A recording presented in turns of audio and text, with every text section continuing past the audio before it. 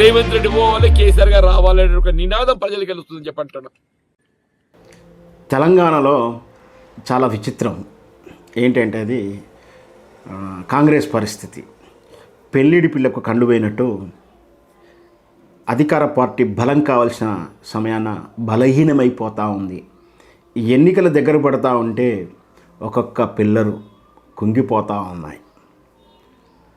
నిన్నగాక మొన్న జగిత్యాల జీవన్ రెడ్డి గారు కురువృద్ధుడు, భీష్మాచార్యుడు, ద్రోణాచార్యుడు లాంటి కాంగ్రెస్కు బలమైనటువంటి కాంగ్రెస్ నాయకుడు కేవలం రేవంత్ రెడ్డి అనేటువంటి ఒక కిరాయి కార్యకర్త వలన నేను బయటికి వెళుతున్నాను అని స్పష్టంగా చెప్పి తెలంగాణ ప్రజలు మార్పు కోరుకుంటున్నాడు. రేవంత్ రెడ్డి ముఖ్యమంత్రికి దిగిపోవాలనుకుంటున్నారు.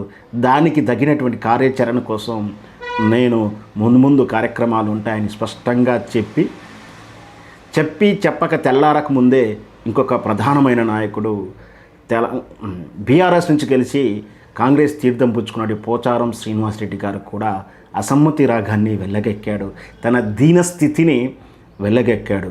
తన నియోజకవర్గంలో సిద్ధాపూర్ రిజర్వాయర్కు నిధులు కేటాయించట్లేరు, కాళ్ళు పట్టుకోవాలా, వేలు పట్టుకొని ఈ వృద్ధాప్యంలో నేను బ్రతలాడాలా అంటూ కనీసం అధికారులు, మంత్రులు నా ఫోన్ కూడా ఎత్తట్లేడు అని చెప్పి తన ఆక్రోశాన్ని వెళ్ళగెక్కాడు. అంటే పోచారం శ్రీనివాసరెడ్డి గారు కూడా పార్టీ మారడానికి సిద్ధంగా ఉన్నారనే సంకేతాలు అయితే రాజకీయ విశ్లేషకులు అంచనా వేస్తున్నారు. ఎన్నికల వేళ దగ్గర పడుతూ ఉంటే మొదటి దశ, రెండవ దశ దాటిపోయింది, 2.5 సంవత్సరాలు దాటింది. ఇంకా కేవలం 1 సంవత్సరం ఉందనే నేనైతే చెప్తా ఉన్నాను. ఆ తర్వాత అంతా కూడా ఎన్నికల వేళ. ఈ సందర్భంలో రేవంత్ రెడ్డి గారు తన చాతుర్యాన్ని, తన పరిపాలన దక్షతను, తన అపారమైన విజయ సోపాను నిర్మించుకోవాల్సిన ఈ సమయంలో పతనం వైపు తిరోగమనంలో వెళ్తూ ఉన్నాడు. ఇది కాంగ్రెస్కు తీరని నష్టం. రాబోయే రోజుల్లో కాంగ్రెస్ తీవ్రంగా నష్టపోతుందని రాజకీయ విశ్లేషకుడుగా మేము చాలాసార్లు చెప్తా ఉన్నాం. మరో 30 ఏళ్ళు కనుమరుగయ్యి భూస్థాపితమయ్యే అవకాశాలు కనిపిస్తూ ఉన్నాయని చెప్తా ఉన్నాం.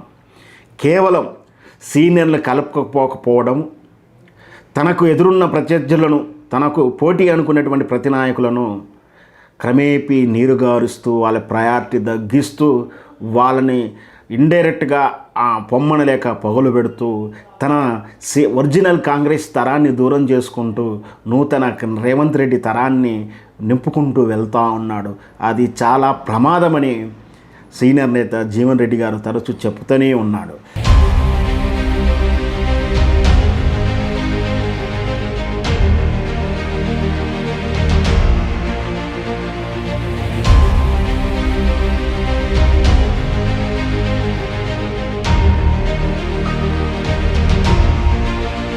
రేవంత్ రెడ్డి పోవాలి, కేసీఆర్ గారు రావాలనే ఒక నినాదం ప్రజలకు వెళ్తుందని చెప్పంటున్నా.